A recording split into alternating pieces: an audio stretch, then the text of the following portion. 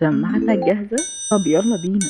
فيلم النهاردة بيبدأ في الأرياف في مزرعة قمح، وبيكون في نور معدي كده زي ما يكون في مخلوق سحري بيجري في المزرعة بالليل وبعدين بيختفي بسرعة، لكنه دمر معظم المحصول. أصحاب المزرعة بيصحوا الصبح وبيتفاجئوا بالكارثة اللي حصلت، وبيتوقعوا إن في مخلوق غريب هو اللي بوظ لهم المحصول. فالراجل بيجيب أولاده التلاتة عشان يوريهم اللي حصل، وبيتفق ان في واحد فيهم هيحرس المزرعة ويخلي باله من اللي باقي من المحصول، وبيمشي ويسيبهم يقرروا مين فيهم اللي هيحرسها. وطبعا بيدبسوا ايفان وهو كمان اصغر واحد فيهم، فبيضطر يوافق وبيبدأ يحرسها وبيجيب حمل عشان يصطاد الحيوان اللي عمل كده.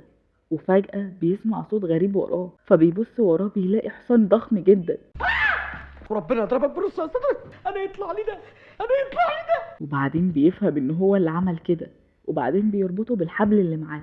بس الحيوان بيخاف جدا وبيمشي بسرعة كبيرة قوي، وايفان بيحاول يهديه بس مفيش اي فايدة، وبيكون مش عارف يسيب الحبل لانه لو سابه هيقع ويتأذى جامد. وفجأة بيقع في النهر ومبيبقاش عارف يتحرك وهيغرق، فبيخاف جدا وايفان بيحاول يساعده لكنه تقيل جدا على ايفان. فايفان بيستعين بالساقية وبيطلعه، فالحصان بيبصله وبتنزل دمعة من عينيه، فايفان بيتأثر جدا وبيفك الحبل وبيقوله امشي بسرعة. فبيقف على رجليه كأنه بيشكره وبعدين بيجري بعيد جدا ويختفي. تاني يوم بيصحى صاحبنا من النوم وبيلاقي قدامه حصانين جمال جدا، وفي صوت وراه بيقول ان الحصانين دول هدية ليه. فبيقعد يكلم نفسه وبيقول مين اللي بيتكلم، فبيظهر القمر ده حصان صغير اسمه بوب، وبيكون ابن الحصان الابيض اللي هو انقذه امبارح، وبيكون ابوه بعته عشان يساعد ايفان. في نفس الوقت بنشوف والد ايفان اللي بيشوف المزرعه وان باقي المحصول كمان باظ وطلع عينه، فبينده ايفان وهو متعصب. اجمع عندي هنا يلا. فايفان بيتوتر جدا ومش عارف هيقول له ايه، فبوب بياخده على ظهره وبيبعد بيه بسرعه رهيبه. فايفان بيتنح من قدراته وبيبقى مبسوط ان عنده حصان قوي زي ده، وبيقول له طب الحصانين التانيين فين؟ فبينده عليهم فبيجوله بسرعة، وبيمشوا كلهم بيروحوا على السوق. وأول لما بيوصلوا السوق الناس كلها بتنبهر بالأحصنة الجميلة اللي معاه. فبوب بيقول له ايه الخطة يا ايفان؟ فبيقول له ان هو هيبيع الأحصنة دي عشان يدي فلوسها لوالده، فبيقول له ان هو يبيعها للراجل الغلبان اللي هناك ده لانه محتاج. لكن ايفان بيبقى في دماغه حاجة تانية، انه عايز يبيعها للملك بسعر عالي. وبنروح للملك اللي بتبقى فيه نحلة مبهدلة خالص في القصر، ولما بيقتلها طبعا كله بيقطع ايديه تسقيف عشان يطبله للملك. وبعدين الملك بيشوف الأحصنة من القصر وبيعجب بيها قوي، وبيقول لهم الأحصنة دي بتاعتي. تمام يا ريس، هنزل اجيبها لك. وبيروحوا بيربطوها في عربية الملك. فايفان بيقول له ان دول بتوعه، فالملك قال له لو اتكلمت تاني انا هحبسك. فبوب بيقول له مش انا حذرتك وانت ما سمعتش كلامي. فبوب بيصفر للأحصنة فبتيجي بسرعة وبتشد عربية الملك وبتوقعها على شكاري الدقيق. فبيضحك عليه عامة الشعب وبيكون شكله مضحك جدا وبيقوموا الحراس. فالملك بيتحرج جدا من الموقف اللي حصل، بيسأل ايفان عايز فيهم كام؟ فايفان بيقول له انا مش عايز فلوس، انا عايز اشتغل عندك. فبيوافق. ولما بينام الملك بيحلم ان ايفان بقى هو الملك وبيرقص وبيغيظه، فبيحكي الحلم ده للوزير. قام الوزير قال له سيبهولي، انا بفكر في خطة هتخلصنا منه نهائي. فبيقول له انه يبعته يجيب طائر النار، ولو ما رجعش هيموتوه. فالملك بيقول له هي دي، وبيقول له لايفان الخطة. فايفان بيتحمس جدا للمهمة وبيحضر نفسه. بوب بيقول له على فين العزم ان شاء الله؟ فبيقول له على المهمة. فبوب بيقول له ان دي مهمة مش سهلة خالص، وان طائر النار بيحرق اي حاجة قدامه ومحدش ابدا قدر عليه. فبيقول له يساعده. فبوب بيوافق وبيروحوا سوا. وهم في الطريق ايفان بيلاقي فاكهة وبياخد واحدة ياكلها، فبوب بسرعة بيمنعه، وبتكون دي فاكهة بتخلي اي حد ياكلها ينام. وبعدين بيوصلوا لطائر النار وبيحطوا الفاكهة دي في كل مكان عشان ياكلها ويناموا يعرفوا يصطادوه ويكونوا بيراقبوه لغاية لما بيوصل. ولما بيوصل ايفان بيبقى مبهور جدا من شكله، وفعلا الطائر بياكل الفاكهة وبيغلبه النوم وبينام. لكن فجأة بيحس بإيفان وبيجري وراه، وبوب اتفجع جدا ودفن نفسه في الرملة. وبعدين الطائر بيحرق المكان كله وبيشاور لإيفان عشان يديله الفاكهة اللي معاه، فبياكلها وبينام وبيقع في المية. ولما بيفوق إيفان بيكون رابطه عشان هياخده معاه، فالطائر بيصحى وبيبصله كده وعينه بتدمع والدمعة بتنزل على جزمة إيفان. فصاحبنا قلبه طيب وبيصعب عليه، فبيفك السلاسل ويسيبه يمشي ويطير. فالطائر بيديله ريشة عشان يشكره انه سابه يمشي. وبوب بيقوله ان الملك كده هيعمل منك بطاطس محمرة، فبيقوله ما يقلقش وانه هيدي الملك الريشة اللي معاه. فبوب مش بيقتنع ابدا بكلامه، واما بيروحوا للملك بيحاكموا قدام الناس كلها. فايفان بيحكي لهم اللي حصل وبيوري لهم الريشه، بس بتكون اتحولت لريشه عاديه جدا ومحدش بيصدقه. فالملك بيحكم عليه بالاعدام، وقبل الحكم بيظهر طائر النار وايفان بيصفر له. فالناس كلها بتنبهر بايفان وبتهتف باسمه، والملك بيكون هيتشل من الغيظ لكنه بيضطر يرقيه قدام الناس. وبعدها بيروح للمستشار وبيقول له عزيمة خطتك مش كده، لو ما خلصتنيش منه انا اللي هخلص عليك. فبيقول له اما انا بقى عندي ليك حتة خطة، ايه رأيك نوديه لملكة التلج عشان يقنعها تتجوزك. فالملك بيوافق، وبتكون خطة حلوة جدا لان ملكة التلج رافضة الجواز نهائيا، وبكده هيفشل ويتخلصوا منه نهائي. فعلا بيخرج ايفان وبوب وبيوصلوا لجبل التلج، ولكن قبل ما يوصلوا لبيت ملكة التلج بيلاقوا باب ضخم جدا من التلج، وبيحاولوا يكسروه بكل الطرق لكن مش بيقدروا. وبيفكروا هيكسروه ازاي، لكن الريشة اللي مع ايفان بتخرج وبتلمس الباب فبيسخن وبيتحول لمية كتير جدا بتوقع بوب جوه التلج.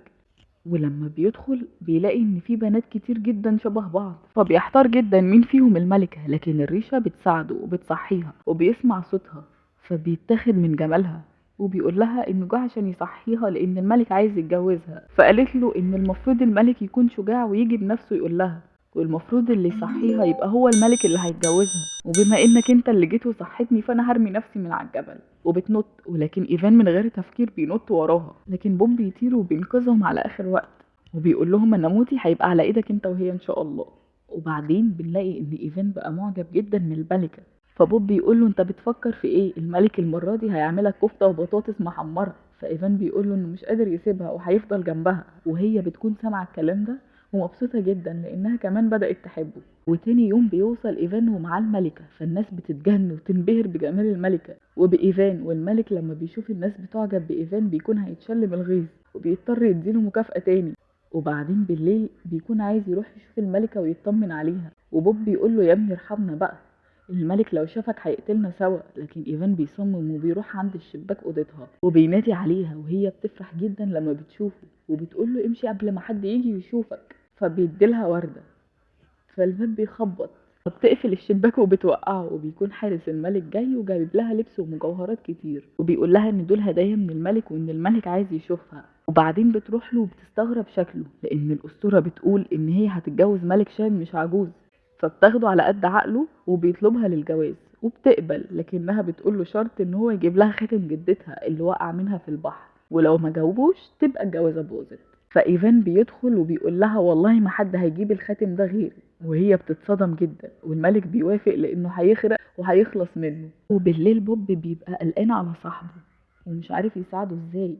فطائر النار بيسمعه وبيقول له على مكان الحوت، فبياخدوا بوب وبيروحوا المحيط. بيجي طائر كبير وبيوقعهم، فبيقع وبوب بينقذه ويلاقي حوت ضخم جدا ومربوط بسلاسل كتير. فبوب بيقول له هو ده الحوت اللي احنا عايزينه. بيروح للحوت وبيقول له ايه اللي عمل فيك كده، فبيقول له ان هو اكل سفن كتيره جدا فالبحاره كلهم اتفقوا عليه وعملوا فيه كده. فايفان بيتاثر جدا بكلام الحوت وبيقرر يساعده وبيعطس وبتجيله فكره، وبيدخل جوه الحوت وبيخلوه يعطس، فالسلاسل كلها بتتفك والحوت بينزل البحر وبيختفي.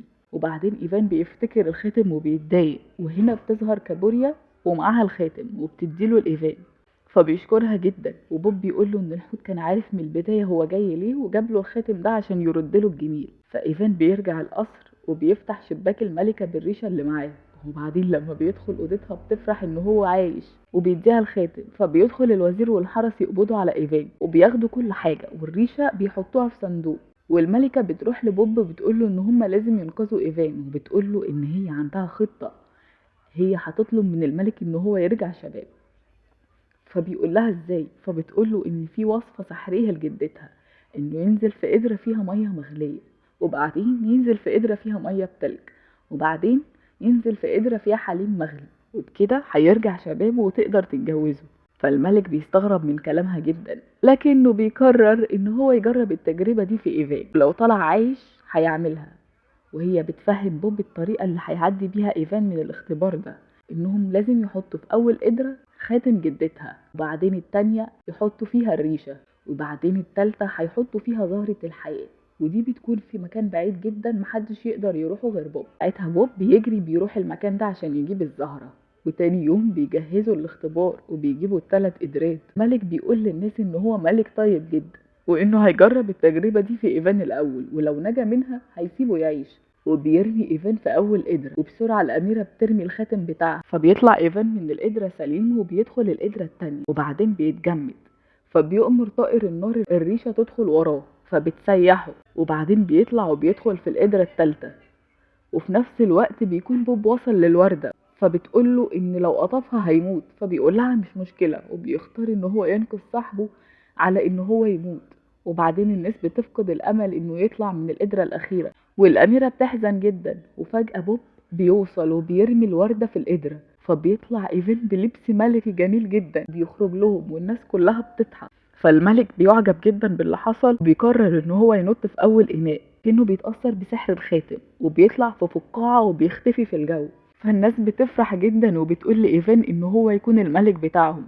فإيفان بيفتكر صاحبه بوب وبيروحوله، فبيقوله إن هو خلاص هيموت كمان شوية لأنه اختار يساعده، فبيحزن جدا على صاحبه. وبعدين الملكة بتقوله إن هو مش هيموت وإن ده كان اختبار ليه وهو نجح فعلا. فبيفرح إيفان إن هو مش هيخسر صاحبه الوحيد، وبعدين بيبقى ملك البلاد.